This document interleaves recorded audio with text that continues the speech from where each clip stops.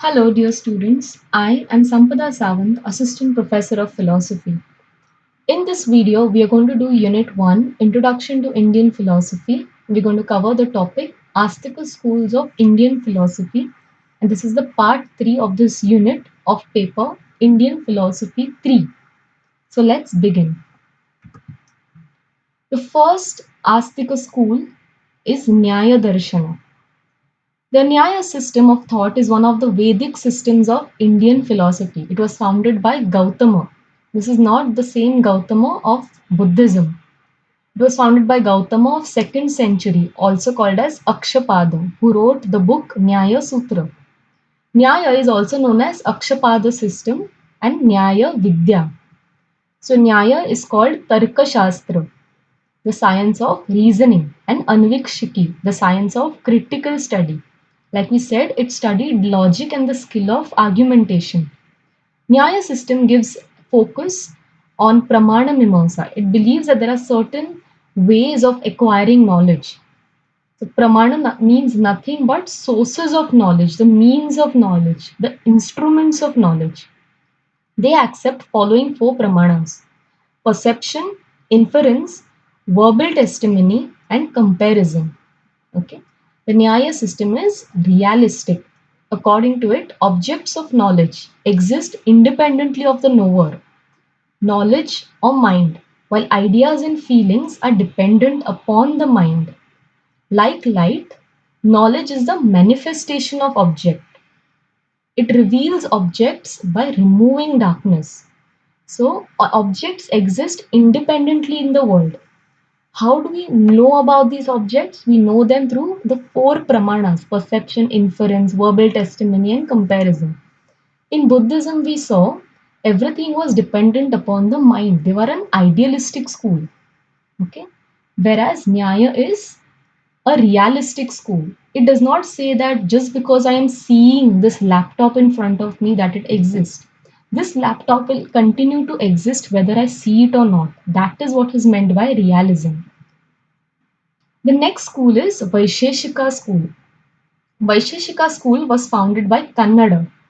The term Vaisheshika is derived from the term Vishesha, which means particularity, something that distinguishes one thing from the other. Let's say an apple is different from orange. Why is it different?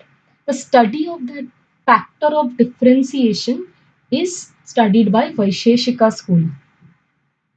The Vaisheshika philosophy is pluralistic realism, which emphasizes that diversity is always there in the universe. There's not just one thing, but there are so many different things. According to it, the entire universe is reduced to seven padhartha. Padhartha is categories. So, what Vaisheshika does is it puts everything into these different categories, the seven categories. They are substance, quality, action, generality, particularity, inherence, and non being. These are the different categories into which the world is divided, according to Vaisheshika school. Next, we move on to the Sankhya and Yoga school. Sankhya is undoubtedly one of the oldest systems of Indian philosophy. Kapila is the founder of this system. The word Sankhya is derived from the word Sankhya, which means right knowledge as well as number. Right knowledge is the knowledge of the separation of the Purusha from the Prakriti.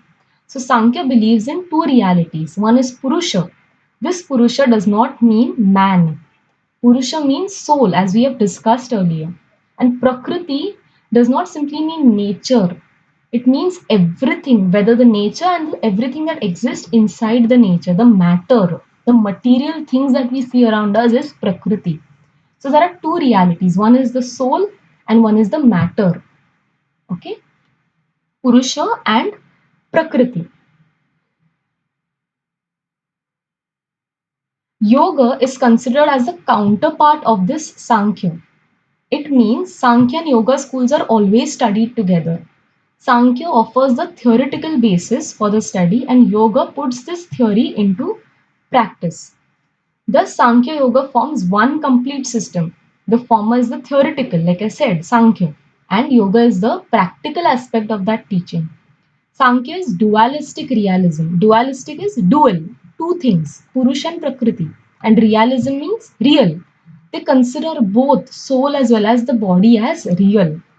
So far, what we have been hearing is that only the soul is real, the body is not real. It's not the real identity, but Sankhya does not believe so. For Sankhya, both, whether the soul as well as the body, that is the matter, Purusha and Prakriti, both are equally real.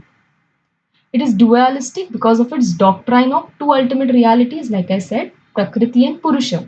And Sankhya is realism, in that it holds that both matter and spirit are equally real. With regards to the self, Sankhya is pluralistic because of its teaching that Purusha is not one but many. First, we said it is dualistic, and then I'm saying it is pluralistic. Dualistic means two things, belief in two things, and pluralistic means belief in many things.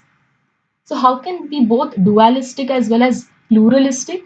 Dualistic because it believes in two important things. First is Purusha and then Prakriti. Pluralistic in what sense? It says that these Purusha, the soul, is not just one soul. So here we are not just talking about one Paramatma, one Brahman, one Atma. Here we are talking about different souls which are in you, me, and everyone in this world. So therefore it is also pluralistic.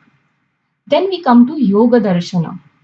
Yoga philosophy emphasizes on the means to achieve liberation. There are many similarities in Sankhya and Yoga Darshan.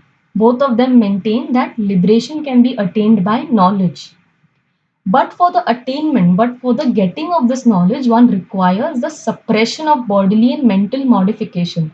So, yoga's main focus is suppression, reduction, elimination of these bodily impact, of all these mental modification, and this gradual control over body, senses, mind, intellect, and ego. One must attain control on body, mind, ego, and senses in order to understand, in order to achieve that liberation.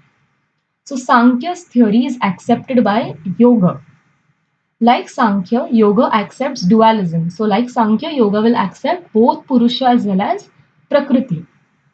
Yoga accepts all the three sources of valid knowledge accepted by Sankhya, that is, perception, inference, and testimony. Yoga is the practical path for the realization of the self. So it prescribes asanas, meditative practices, the yama, niyama, which we will study ahead. And yoga philosophy is systematically explained in Patanjali's Yoga Sutra. Patanjali is not the founder of yoga system. He's just a perpetrator or a propounder, the one who made yoga system known to the world through his book Yoga Sutra. Then we come to Mimamsa and Vedanta schools. Mimamsa Darshan, also called as Purva Mimamsa, is popularly also known as simply Mimamsa. The term Mimamsa means inquiry or investigation. It is also known as Purva Mimamsa, like I said. The former is known as Karma Mimamsa. So, uh, both these schools, Mimamsa and Vedanta, Mimamsa is called Purva Mimamsa and Vedanta is called Uttara Mimamsa.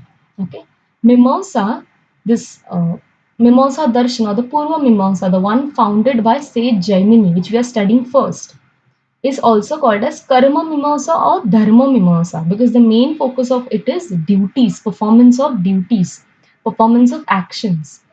Sage Jaimini is the founder of this Mimamsa system. Jaimini wrote Mimamsa Sutra. According to them, holy Vedas are impersonal texts. They are neither written by God nor by any human author. They are infallible authority in regard to obligatory duties. So everyone has certain compulsory duties to follow. And Vedas is the reference book for these duties. What kind of duties human beings should be doing? The special feature of Mimamsa philosophy are that it does not accept God as the revealer or even the creator of universe. It does not believe in God as such who has created this universe. According to Mimamsa, Vedas is only the creator of the universe. So Vedas are the only authority of verbal testimony in regard to religious duties, rites, and ceremonial ritual. God has not created Vedas. God has not even created this universe. The Vedas are just there. The Vedas existed on their own. Nobody wrote these Vedas. Okay? And these Vedas serve as references for obligatory duties, for performing religious duties, sacrificial duties, all sorts of duties. So the main focus of Mimamsa Darshan is performance of duties. Lastly, we come to Vedanta Darshan. It is also called as Uttara Mimamsa, like I said before, which is also obviously called as Vedanta. Badrayana is considered as the proponent of Vedanta Darshan. He made it known to the world. Mimamsaka emphasizes on religion, like we saw before, it focuses on performance of religious duties, sacrificial duties. Whereas Vedanta emphasizes on knowledge, gaining of knowledge. Vedanta literally means the end of Vedas, that is Veda Anta. Vedanta philosophical systems have been emerged in due course, advocated by different acharyas. So there is not just one way of studying Vedantas, but different acharyas have come up with different schools of studying that Veda.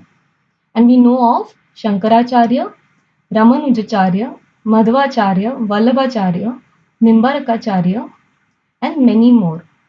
All of them accept moksha as the highest purushartha, as the highest goal of human life. Liberation is the highest goal of human life, according to all these thinkers. It is considered as eternal. So once you get moksha, it is forever. All of them accept the authority of Vedas. Thank you.